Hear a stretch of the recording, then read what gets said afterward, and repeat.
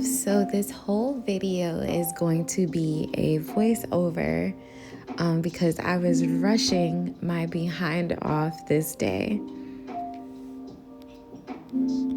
But I do want to talk to you guys, catch up, all that good stuff. I was getting ready for one of my best friends' match day. So she is about to graduate from med school, and her program was doing a celebration for their match day. And she's like one of those people that's always on time. So I knew I couldn't be late. So I'm like, how am I going to get my makeup done in 30 minutes or less? I don't know how I did it, but I did it. I think not talking and just strictly focusing on my makeup helped.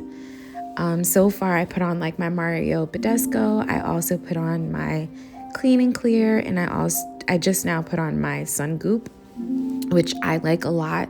I don't know if it's Black owned. I think it might be. It's definitely been promoted towards Black women. I've seen that a lot of the Sephora ambassadors have been promoting it as well. I like the way it feels on my skin, so I've been using it quite often. I don't want to focus too much on the products that I'm using because I show it in the video, and it's also my same basic makeup routine, and I have a video of that on my channel, my everyday or my go-to makeup routine. So just catching up, talking. My eyes were watering, that's why I used a towel. So I went to bed at like 5 a.m. working on a draft for a paper and had to be up at like 7:30. So I probably slept like 2.5 hours, which you can just see it on my face that I was super tired. I drove from Boston the night before, which is like a 5-hour drive, but I was not going to miss my girls' match day. This Makeup Forever primer is definitely my favorite. You can tell that it's already starting to like mattify my face. So I put that all over. What else did I want to catch up with you guys about? I guess I'll just tell you guys a little bit about the match day. So it went really well. She matched for anesthesiology, and she got like one of her top choices, which was exciting. And the whole day was just super special.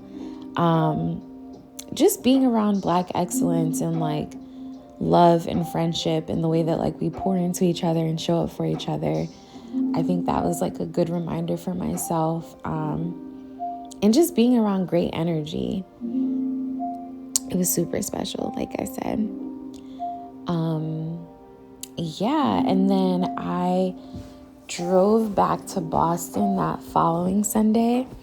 I'd be driving up and down. If you're new here, so I'm from Jersey, but I go to school in Boston. I'm a second-year PhD student out there, and it's my first time living alone, first apartment.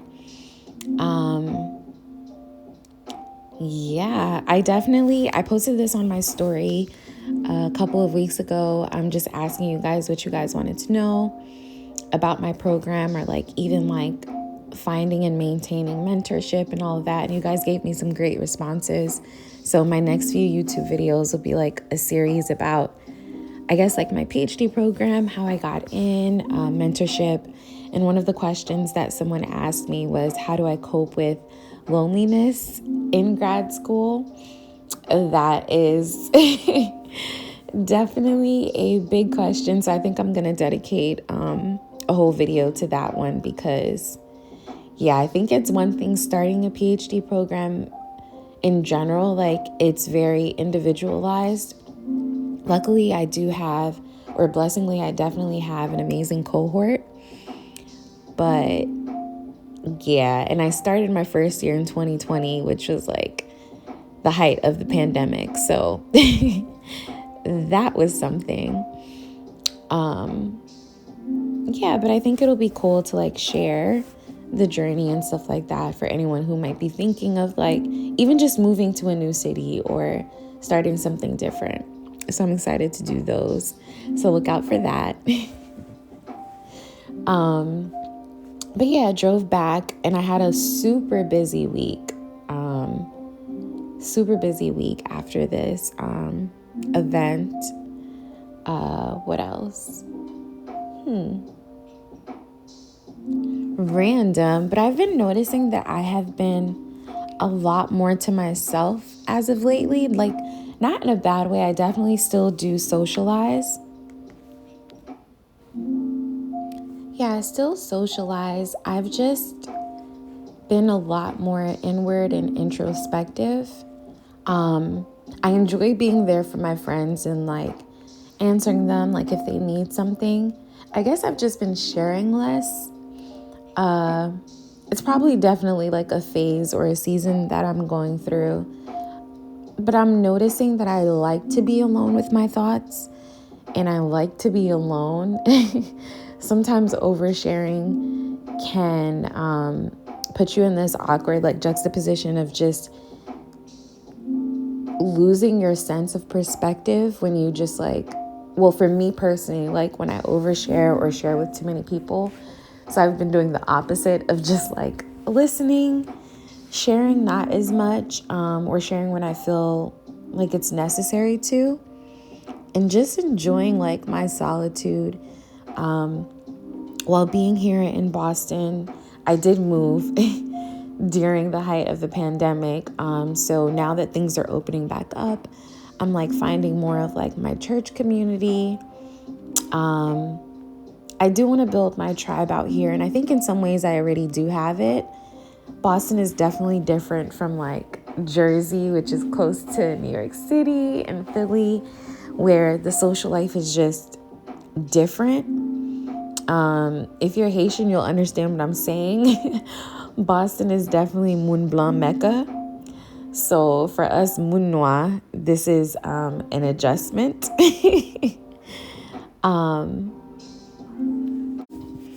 Yeah, I just say it's different. There is a Haitian community out here that I'm still trying to connect with more. But like I said, things are just now opening up. But I've definitely been honing in on the church community.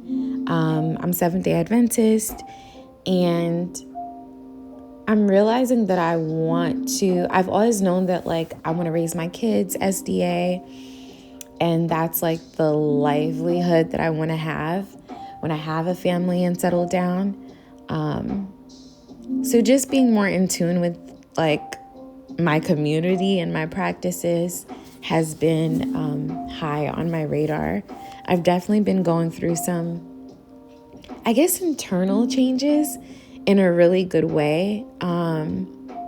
Becoming more clear on who I am and who I want to be, and making sure that my actions and my mindset aligns with that.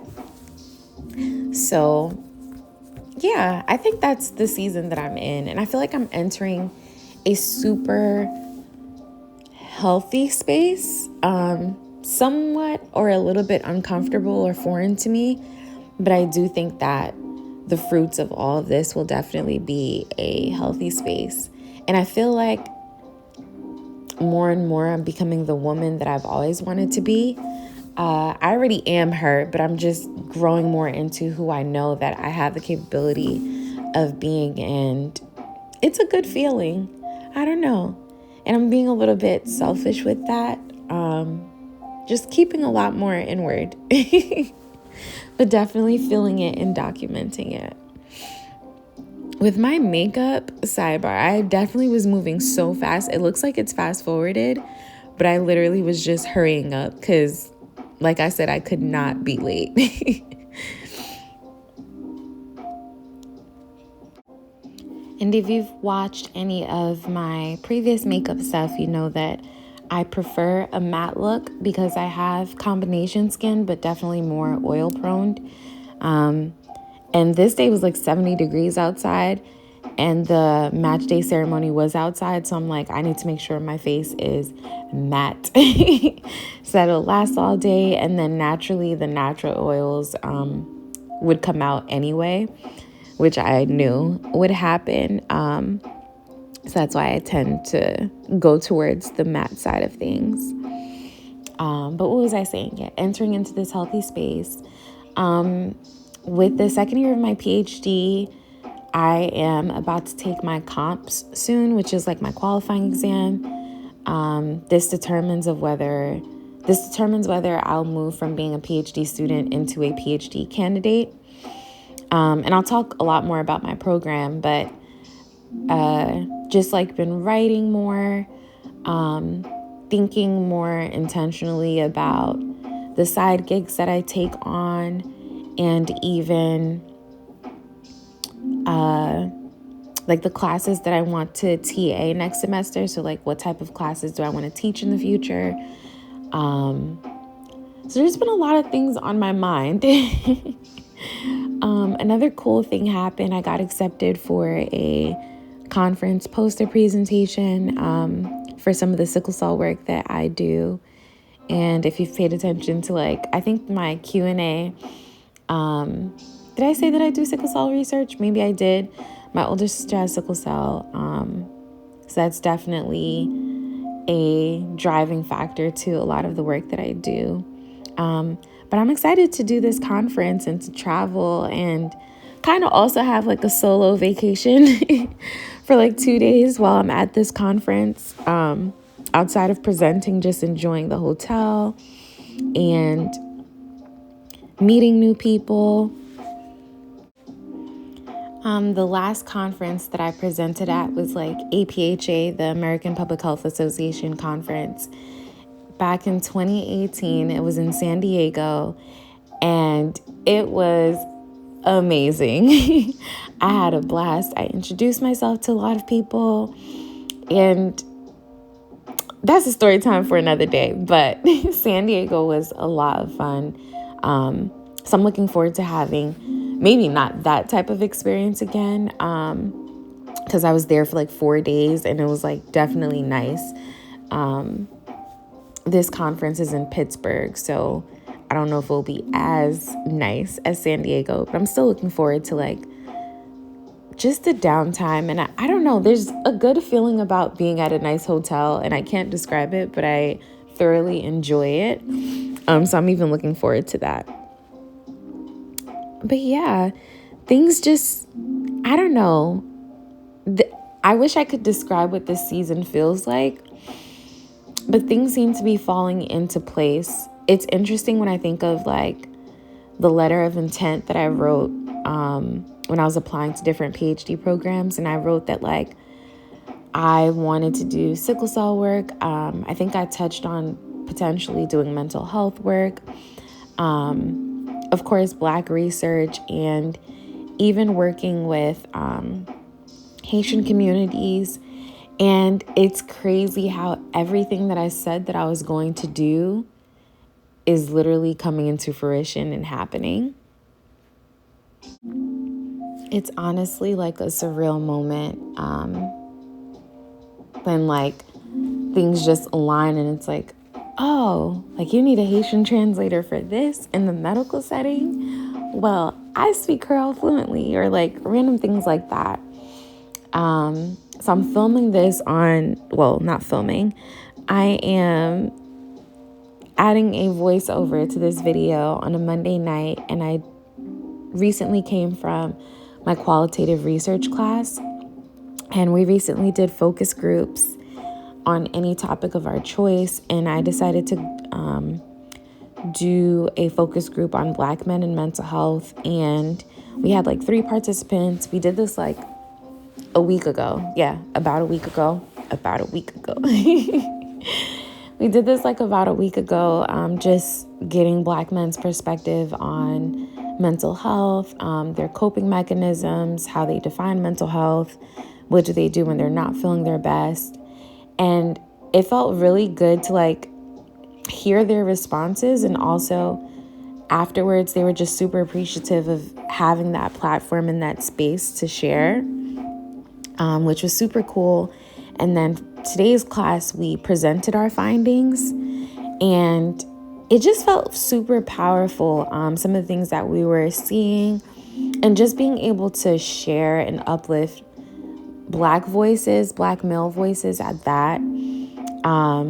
Definitely something that I think not only myself, but also my team members would want to explore further. So I'm looking forward to that. We'll see where that goes, but I don't think that's a point of research that I'll allow to fall by the wayside. What else? I know I'm jumping from topic to topic, but I assume that if I was talking to you guys in real time, my brain would jump around like this as well. But yeah, enough about research in school. So last night was the Oscars and the Will slap, right? I'm curious to know you guys' opinions about that. If you want to drop it in the chat. If you want to drop it in the comments. But I guess the best way for me to conceptualize the way that I feel about it is that I feel about it the same way I felt about Kanye when he went on stage and said, "I'm sorry, but Beyonce had the best video of all time." Yes, it wasn't the right place and time. I will say that. But what he said was in line, though. So I guess with Will, it's kind of it wasn't the right place and time. I don't think it was wrong for him to defend his wife. I think he should have. I hear both perspectives of violence isn't the answer. But you can't control the way that sometimes you'll outlash at disrespect. And I think that we know that Black women are very commonly and often disrespected, even though sometimes the person who is doing the disrespect didn't or doesn't know that they're actually disrespecting you. But that doesn't lessen the blow of the fact that it's actually disrespect, right? So, I don't know. Very, very, very interesting. One thing I will say is that I don't think Moon Blanc have a place, right, or say so in this topic. That's just how I feel. But yeah, life happens. Everyone has a breaking point at some point. At this point of my makeup, I definitely started rushing a lot and left the camera a couple of times. Yeah. I was actually speaking to my sister earlier today, and she offered a new perspective of how everyone has been checking in on Will and not a lot of people have been checking in on Chris Rock, and she feels that's very wrong. And I was like, oh yeah, that's a really good point and she was like, he got slapped on national TV, and didn't even react, which was big of him, I will say. I know a lot of people are saying oh, he's a punk or whatever the case may be. No, he did the right thing by not slapping back. He didn't do the right thing by opening his mouth and saying something disrespectful about Jada, regardless of if he knew it was disrespectful or not. But yeah, a lot of people should check in on Chris Rock. And something that I think about often, a lot of people have a lot of things to say online, but these things could affect people's mental health, man. I feel there's just been a lot of rhetoric going around about Will and Jada and then now Chris. And it's just be mindful. If you are going to say something, don't say something that can very much so hurt someone else on the receiving end, someone else that you don't even know at that. I don't know. I wish that this generation was a lot more considerate of their Twitter fingers. Yeah, I'll leave that at that. But in other news, my birthday is coming up. It's less than a month away, and I'm so excited. I have one of my birthday outfits, my second day outfit, but I need my main birthday outfit. So I'm playing. But I'm going to look at it. I'll probably look at it tonight. Start shopping for one, because that is essential. But I'm definitely looking forward to it. Last year I had an amazing birthday. like I had like my closest friends, the person that I was seeing at the time surprised me and showed up. And it was just really, really good vibes. The world wasn't fully open yet, so I'm excited for this year to like really turn up in Boston with my gang. Yeah, I might actually vlog it. So we'll see. Vlogging just seems like a lot of work. Back to my getting ready process. So I was pretty much done at this point and I was rushing my behind off. So this is the fit. This is the final look. And yeah, thank you guys for listening to me talk throughout this video. Bye, love. See you soon.